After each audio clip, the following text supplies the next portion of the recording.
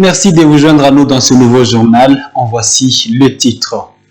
Registre de l'Église universelle dans ce journal. Ce 14 septembre, l'Église catholique célèbre la Croix glorieuse. À cette occasion, la paroisse Sainte-Croix de Kiavouiri a organisé le sacrement de l'initiation chrétienne, dont le baptême, la communion et la confirmation. Au terme de 5 jours de travaux des États généraux de l'ESU organisés à l'Université de Lubumbashi dans le Haut-Katanga, plus de 300 recommandations ont été formulées par les participants à l'endroit de l'autorité publique. C'est entre autres la généralisation du système LMD dès l'année prochaine, dès l'année académique prochaine. Ces travaux avaient pour objectif de requalifier et redresser l'enseignement supérieur en RDC. Voilà tout pour le titre. Le 14 septembre de chaque année, l'Église catholique célèbre la Croix glorieuse. C'est cette croix découverte par la Sainte Hélène et recommandée d'être respectée chaque 14 septembre de l'année. À cette occasion, la paroisse Sainte-Croix de Kiavouiri a organisé le sacrement de l'initiation chrétienne, dont le baptême, la communion et la confirmation. Roland Kakimoa nous en fait le point. Sainte-Croix de Kiavouiri, c'est cette paroisse âgée de 3 ans d'existence, chapeautée par le Père Croisier. En cet endroit, 521 chrétiens, dont les écoliers et élèves du secteur scolaire de la paroisse, se sont réunis les avant-midi de ce mardi pour une célébration eucharistique. Tous joyeux d'accueillir les dons de l'Esprit Saint à travers le sacrement de la confirmation après environ 10 mois de formation. C'était à l'occasion de la fête patronale de leur paroisse. L'abbé Jean-Paul Cantou, délégué épiscopal, est revenu sur le contexte de la journée. Kama Bwana Yesu alikubali kutundikwa msalabani, alikuwa na nia fulani, nia kubwa. Si le Christ a accepté la mort sur la croix, c'est puisqu'il voulait atteindre certains objectifs.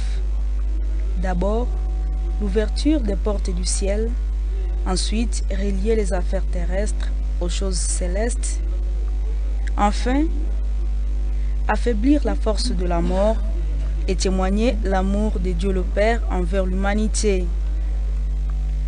Ainsi, nous sommes appelés à vénérer cette croix et surtout adorer Jésus qui a accepté de mourir pour l'humanité.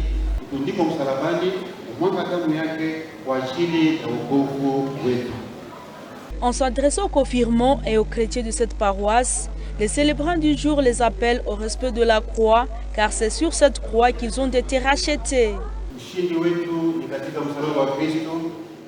Notre victoire vient de cette croix. Notre joie et notre force se trouvent au pied de la croix de Jésus-Christ. Voilà pourquoi nous ne devons pas avoir peur ou honte de témoigner notre foi, ou encore la honte de faire le signe de la croix comme chrétien. La paroisse Sainte-Croix a 3 secteurs, dont le secteur Kiavouiri, Kisingiri et le secteur de Moutiri.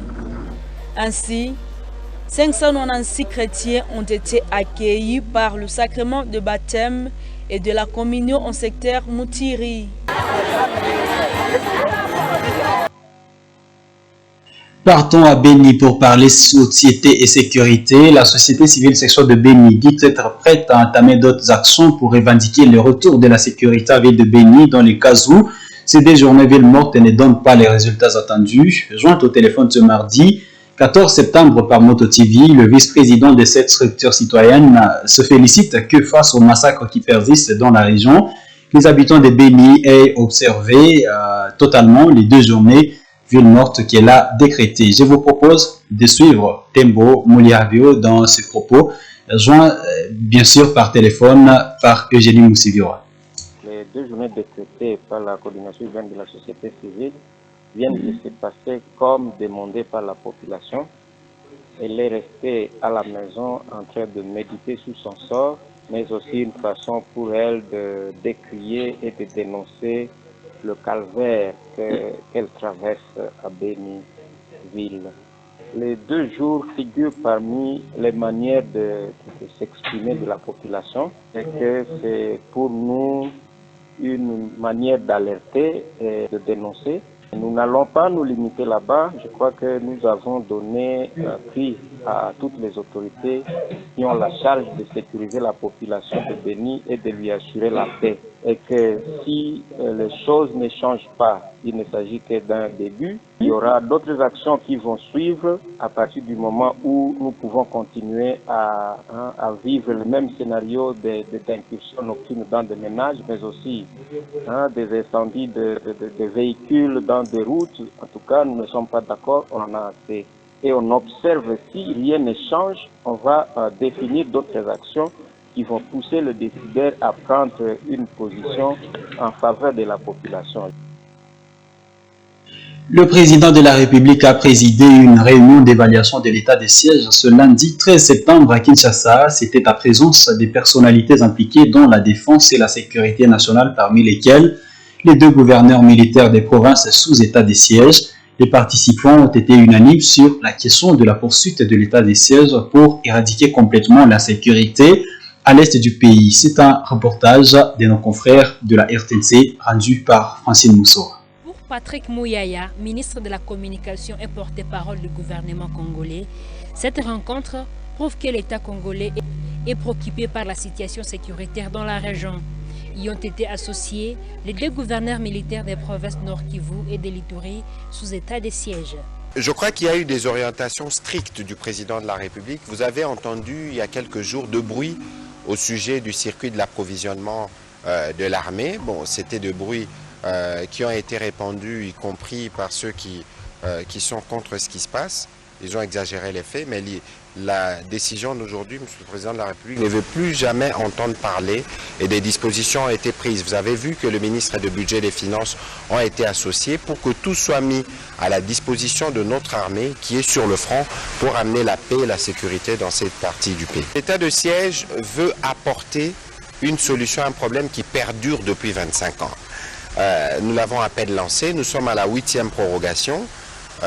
Nous constatons que nous faisons des avancées et nous continuerons autour de réunions comme celle d'aujourd'hui à faire des évaluations et le moment venu, le président de la République, suivant le rapport qui lui seront transmis par le gouvernement à travers le ministère de l'Intérieur et de la Défense, pourra statuer. Mais pour ce qui nous concerne, nous voulons prendre toutes les précautions qu'il faut et toutes les décisions qui s'imposent pour que nous puissions ramener la paix une bonne fois pour toutes dans cette partie du territoire national. À la clôture de cette rencontre, les 2 gouverneurs du Nord Kivu et de l'Ituri sont sortis avec de nouvelles orientations pour mieux diriger leur entité. Le monde célèbre à date du 14 septembre de chaque année la journée mondiale des premiers secours. Cette journée a été instituée par les sociétés nationales des Croix-Rouges. C'est dans l'objectif de faire comprendre le rôle crucial des premiers secours dans la vie courante et dans les situations d'urgence pour la prévention des accidents et des maladies. Grâce Kaniki a rencontré une équipe de la Croix-Rouge à plein exercice du secourisme. Suivez son reportage. Ils sont une dizaine, ces membres de la Croix-Rouge dans cette salle d'une école de Boulenguera. Ils sont dans une séance d'apprentissage des exercices de premiers secours. Objectif, initier ces membres à secourir les blessés des accidents et les malades. Kambal Ngereti Philippe, chef de cellule de gestion des risques et catastrophes au sein de la Croix-Rouge, explique les biais fondés des premiers secours chez les accidentés. Le premier secours, c'est un concept qui est tiré du secourisme. Le secourisme, c'est une science qui apprend aux volontaires les techniques et les méthodes à prendre lors de l'opération de secours. Alors là, vous allez vous entendre de secours. Secours, c'est l'ensemble des techniques qu'on donne, donc propose sur un blessé ou soit un malade. Il faut des multiples techniques que nous appelons souvent les gestes qui sauvent.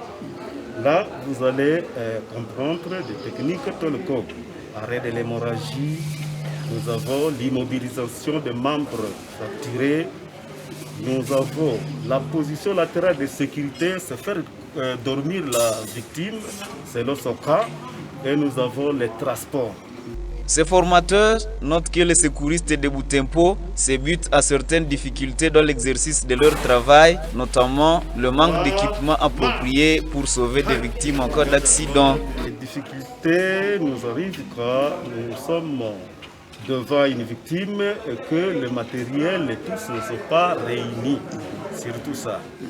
Kambal Ngereti, ce chef de cellule de gestion des risques et de catastrophes au sein de la Croix-Rouge, invite les volontaires à intégrer cette structure ou à apprendre des exercices de premier secours pour apporter secours à cas de besoin. Société et éducation, dans le cadre de l'encadrement des élèves en cette période des vacances, la Plume d'Or organise une formation à poésie. Cette formation gratuite a débuté il y a une semaine et va durer un mois environ. 32 candidats y prennent part et recevront des brevets ou encore pourront intégrer le cénacle de la Plume d'Or pour ceux qui le désirent. Luciana Moussigiwa et Croyante Viamba ont été présents aujourd'hui pour Moto TV. Cette formation se tient ici à l'Institut Matengenezo. Dans cette salle, une trentaine de candidats suivent attentivement leurs formateurs. Volonté invitée explique que cette activité entre dans le cadre du partage des expériences, mais aussi vise à occuper les élèves pendant cette période de vacances pour leur éviter l'oisiveté. Ce qui nous a toujours motivés, c'est de savoir au fait que quand on a certaines connaissances, il faut les partager. Et partager également ces expériences pour aider ces personnes qui ont les mêmes aspirations ou bien la même vision d'idée. Mais également, c'est de savoir que le monde du partage doit remplacer le partage du monde. Et nous, on veut partager ce qu'on a pour essayer un peu de faire à ce que le monde soit soudé. Parce que cette poésie qu'on apprend, c'est pas seulement de l'art qu'on apprend, on apprend toute une vie, une manière de vivre. On lutte contre les mauvaises mœurs, on va dans la vie, dans la normalité de la vie, dans la morale. Nous encadrons des poètes autour de la poésie et c'est notre vocation. Nous nous sommes dit que nous pouvons en fait partager ce que nous avons. Et déjà quand Dieu nous a donné cette grâce d'avoir ce talent, et avec tant d'autres poètes qui sont de la Plume d'Or, autour de la Plume d'Or, on se dit que chaque année on doit organiser des cours de poésie pour rattraper les autres, ou bien c'est pas même pour les rattraper, pour réveiller le géant poète qui dort en chacun d'eux. Et donc c'est pour ça en fait il y a ces gens qui viennent pour apprendre. Pour nous c'est parfait de savoir qu'il y a ces gens qui rêvent comme nous. Les participants à cette formation se disent satisfaits de cette formation. Ils comptent utiliser leur plume pour parler de leur société. Motivé de venir prendre part à la formation, c'est apprendre la vertu parce que la poésie elle-même, la vertu, devenir flambeau de la nature, parler aux gens qui n'auraient pas de voix. Ce qui m'a motivé de venir suivre cette formation, c'est un rêve de participer à la victoire finale du bien sur le mal. Oui. J'ai beaucoup de choses à faire, mais je me sacrifie pour venir d'abord prendre part à ça. Pourquoi? Parce que je vais épanouir ma connaissance et échanger le monde par mes écrits. Et en déclamant, je donne les messages aux autres.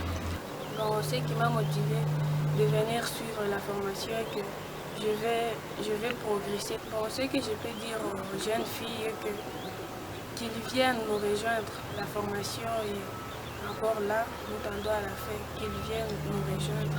Pour cette année 2021, la Plume d'Or est à sa 8e édition, celle de l'année dernière, et a été perturbée par la Covid-19.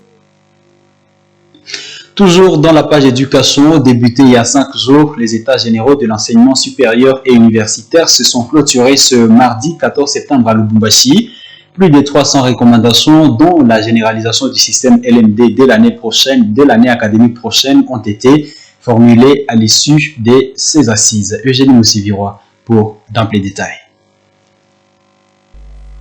Au terme de 5 jours de travaux organisés à l'université de Lubumbashi, dans le Haut-Katanga, avec l'objectif de requalifier et redresser l'enseignement supérieur congolais, plus de 300 recommandations sont à retenir de ce forum.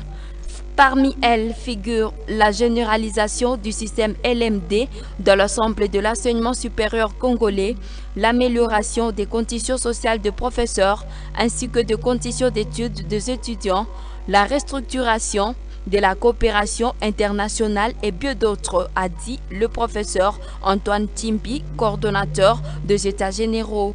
Des recommandations données au ministre du secteur Mouindo Nzangi avec l'espoir d'une réalisation Des recommandations données au ministre du secteur Muindo Nzangi avec l'espoir d'une réalisation certaine, a insisté le docteur Timbi avant de préciser qu'il compte sur le volontarisme du ministre pour la prise de décisions audacieuses, rapporte la presse du ministère de l'ESU. Après les mots de remerciement dits à l'endroit de participants à tous les niveaux, particulièrement aux professeurs, à la délégation de la présidence, ainsi qu'à l'université de Lubumbashi et la province du Haut-Katanga, son Excellence Muindo Nzangi s'est adressé ainsi aux participants. J'ai lu vos résolutions et recommandations. Leur pertinence dénote l'envie d'un réel changement à notre secteur et de rassurer que pour les résolutions relevant de sa compétence, des décisions seront reprises incessamment. C'est pourquoi il a demandé aux participants d'aller vulgariser ces résolutions pour que les décisions n'apparaissent pas comme une surprise. Saluant les recommandations relatives aux réformes audacieuses, le ministre a rassuré que d'un jeudi prochain, cette équipe sera nommée pour sa matérialisation. Enfin, son Excellence Muindo Nzangi annonce avoir officiellement pris acte de ces résolutions qui seront effectivement appliquées puisque le chef de l'État qui a suivi de près ces travaux a indiqué ne pas vouloir que ces assises soient de trop. Ces travaux des États généraux qui interviennent 25 ans après ont eu lieu du 10 à ce 14 septembre à l'université de Lubumbashi.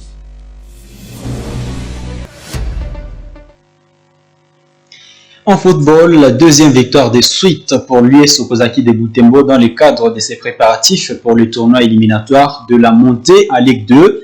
Les Colomboka ont reçu un match amical retour le FC Masasi de Kiwanja ce mardi 14 septembre au stade Van Nevel de Butembo.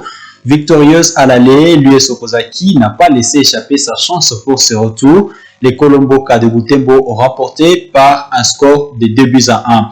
D'après des sources proches à l'équipe, c'est pour ce week-end que l'US Okazaki de Butembo va voyager pour Kindu. L'équipe se rendra sur place pour jouer un match de barrage pour la montée à Ligue 2.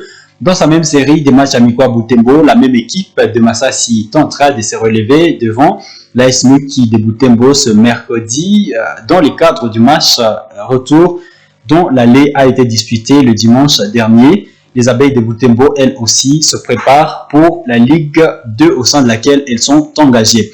Mesdames, Messieurs, c'est la fin de cette édition du journal. Restez avec nous car le programme continue. Au revoir.